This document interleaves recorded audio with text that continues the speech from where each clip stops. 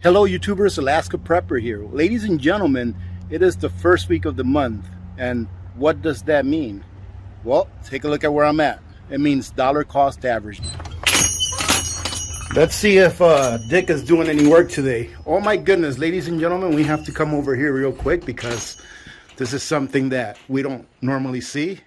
And here we go. Dick is trying to sell me something. I don't want that Fiat stuff. I'm coming in here to trade in some Fiat for this. It's 10 custom gold units. Nice. Very nice. How we do? Look, it's Jerry. Jerry, what's up? Not gold or silver. No, I see that. The dollar is up, and that's why I'm here. And it's the first week of the month, Jerry. You know what that means to me? That means you're buying today. Dollar cost average. That's right. I don't care what the price is. And look at this. There's not too many people in here today. That means that we're going to be able to ask Jerry a few questions. But first, let's see what he's got for me. Jerry, I told you I don't want to buy these. I want to get some silver, okay? So stop trying to send me these old notes from Germany. Ladies and gentlemen, you remember that story that I told you on the last video about the kid that went to the bakery to get some bread and he had a wheelbarrow full of their currency in Germany during the hyperinflation? Well, check this out. This is what he had in that wheelbarrow. And now Jerry's trying to sell it to me, but that's not what I'm getting. Now, Jerry, listen, I actually have a question for you that I've been asked this a lot of times, and I think it's a great question, and you're the one to answer it. What do you think? Do you think that under the right circumstances, meaning that the U.S. government is broke and they admit it, and the dollar really starts to falter in a big way, do you think that the government would ever nationalize gold and silver again? And if you do think that they would, let us know why. I don't think so. I don't think we'll have a repeat of the early 1930s. And even then, there were big loopholes. If you wanted gold, you could get it in different ways. But the problem now is the United States government is in the gold and the silver business. They sell American Eagles, both silver and gold, and want people to buy them. So it would be very hypocritical for all of a sudden to say, well, what we sold you we want back, or you can't deal in that anymore, or whatever the ludicrous thing they came up with, when they have been the promoters of it and selling the product. So I don't see that happening. I think that people learned a lesson from the 30s. What concerns me more is this constant push to digitize money. I think that's going to be a huge problem for everybody, and a total loss of privacy on the part of Americans, which is not what this country was all about, was it? See, ladies and gentlemen, I'm not the only one that talks about this. I didn't even ask Jerry to talk about CBDCs, centrally banked digital currencies, and he brought it up. Why? Because Jerry loves freedom, just like most red-blooded Americans out there. So, Jerry, you don't think that the government's going to come door to door, knock people's doors down to grab whatever few ounces of gold and silver they have? I don't think so, because there's too many problems with it. America made gold coinage up, as you know, until the 1930s. And even with the law that they passed then, you could own that. So you could go to your local coin store in 1935, 1940, whenever. You could buy a $20 gold piece if you wanted to. That was totally legal. A lot of people didn't know that, and the government didn't make it all that clear either. But yeah, really, I didn't know that. So you could just say, "Hey, I'm a numismatist, I'm a collector, and I'm here to buy gold." So there was a way to do it. Placer miners, I remember in Fairbanks, Alaska here, they would sell their placer to individuals. So you could actually go to the source before it's refined at all and just buy placer gold. I remember a lot of that going on at the time. And the government didn't go after that either. They were more concerned about bullion coins coming into the country. An example of that being 1967, Canada celebrated their centennial, and they put out a set with some silver and gold, one gold coin in it. But Americans that were buying it, you would get the set minus the gold coin. There'd just be a hole in the case because you weren't allowed to buy that from Canada. Later on, after they made it legal again, you could fill that hole, but a bit of an absurdity, so you couldn't import it or bring the gold into the country, but there's a lot of other ways you could get it if you wanted it. All right, so Jerry, I'm not sure if you know this or not, but I believe, I read this morning, and I believe it was it's this year or last year, that central banks around the world, they've purchased more gold than at any other time in the last 50 years. So since we've been taken off the gold standard, August 15th, 1971, central banks last year purchased more gold than any other years in the last 5 decades. What do you think about that? I've not seen current numbers. I know that's going on. I know that Russia keeps a lot of its own production and it doesn't enter onto the world market.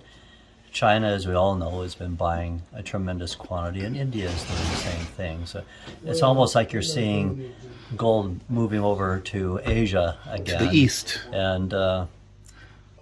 But the big question is this, Jerry. Why do you think, you may not know, but why do you think that they're doing that? I think it's prudent for any country to have a hard asset. It was foolish in the 1990s when you saw them dumping those assets. Britain, at the time Russia, Australia, the Dutch, and there's a lot of countries that were dumping their national reserves of gold. The theory then was, why are we sitting on this gold which is doing nothing for us when we can buy, say, U.S. treasuries and make 1% or some ridiculous thing? Make 1% of fake money. But I found it incredible that they would actually get rid of a resource that has, since the beginning of time, really been a store of wealth. Even though our currency isn't backed by gold, a lot of people think it's implied. America has Fort Knox, so there's some gold there. At least that's what they say, right? Right. You hear the theories. So there's an implication, and I think it's smart for the countries to have some, because that's always been a store of wealth when the paper never really has been. Right. But to back paper with gold or silver would be difficult at this time for them Why? to do. You see, I don't think it would, but I want to know why you think that. If you have an incredible balance of trade deficit, which America does have right now, and you backed your currency, say dollar for dollar with a metal, you would slowly see those dollars move overseas, and you'd be transferring your gold or your silver to other countries, unless you have a balance of trade equality or surplus. That is a great point. And that goes to, and see if you agree with me, that goes to that we need to bring manufacturing back. Because when you manufacture within your nation, you can then export those manufacturers and hopefully balance that trade out, meaning that you've got the same amount going out than you have coming in. Mm-hmm. Would you agree with that? I would. I mean, in an ideal world, you've got an equilibrium going on. Right. But I think more than backing it dollar for dollar, it would be nice of the United States and other countries to back it to a percentage point. Yes. So for every dollar you produce, they say, well, we're going to buy a nickel's worth of something, gold or silver, and put it in Fort Knox or wherever. So you have an implied correlation between them, or some kind of a backing that gives people a little more faith in the fiat money. Right. Backing it up would also keep the government in check, meaning that the government would not be able to spend more than what we have in gold, in the gold backing to the dollars. You agree with that? To a degree, I do, yeah. The divorcing of paper money from gold and silver, all the economists basically support that idea, which is unfortunate. Mm-hmm.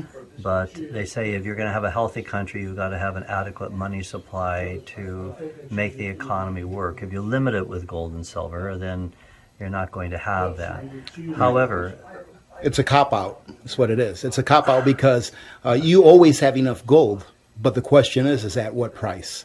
Yeah. So the more that the country wants to print, the higher the price is, which is why gold insulates you from inflation. That's right. All right. Outstanding. Man, that was an awesome. And ladies and gentlemen, I hope you're really proud of me because I was doing my very best not to interrupt Jerry while he was talking. Okay, so I hope you're proud of me. I know that the last few one of these that we've done, people were like, AP, shut up.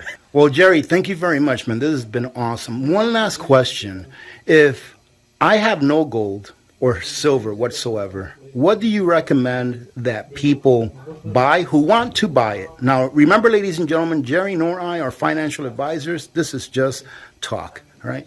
What would you recommend that people buy if they had no gold and silver? They already had all their preps ready to go for the end of the world, but they wanted a little bit of gold and silver. What kind of gold and or silver would you recommend? Or would you recommend one over the other?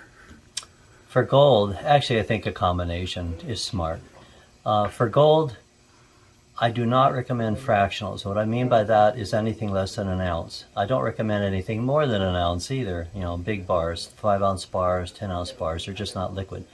You get your best buy on gold when you stick with the ounce. For instance, I can sell you 1 ounce of gold a day, a bar, like PAMP or Credit Suisse or Valcambia, any of the big Swiss products, or Rands out of South Africa, the kangaroo bars out of Perth in Australia. You can get them for about spot plus $60. That's not bad. Wow, that is a great. But if you go to a fractional, like a 10th-ounce coin, you're going to be well over $2,000 an ounce. That's absurd. The only reason people buy fractionals, for one, is as a gift item, and that makes sense. If you're only buying one, who cares? But if you're buying it because the end times are tomorrow, and you think you're going to be using it as currency, I would just say, think about it. If we actually got to the point where we're using gold for money, there's going to be hundreds of operations set up to convert gold into any weights that you want. There you go. your 1 ounce gold is as good as 10 1/10-ounce golds. Outstanding. So if you're buying it, buy the cheapest you can that's liquid. With silver, unfortunately, the premiums remain high nationwide.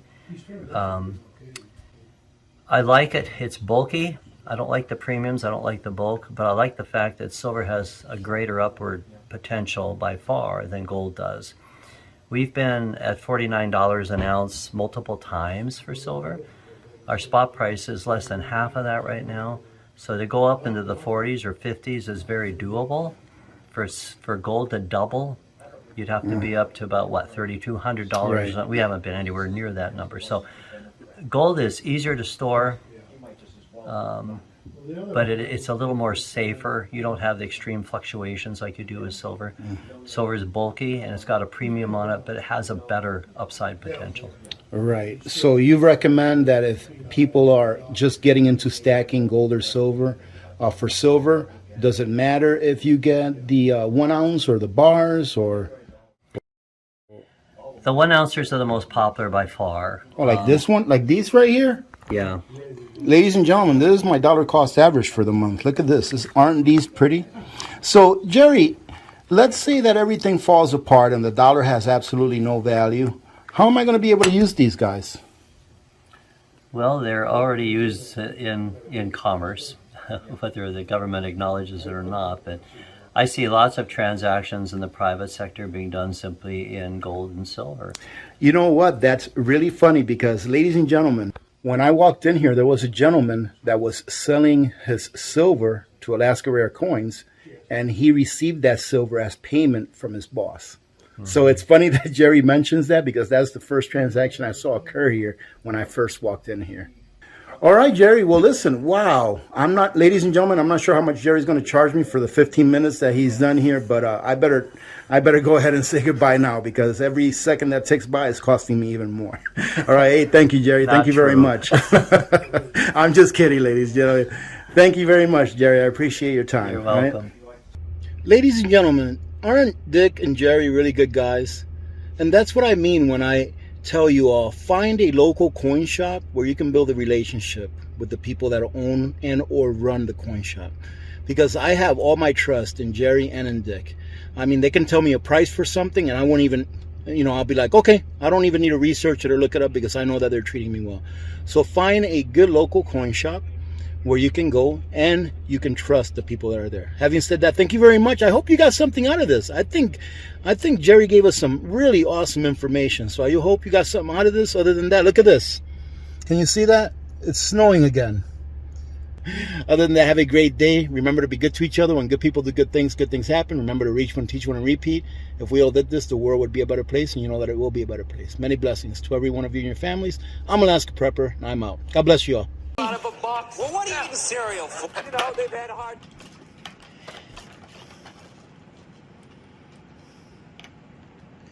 Say hello, Michael. Say hello. Hello, everybody.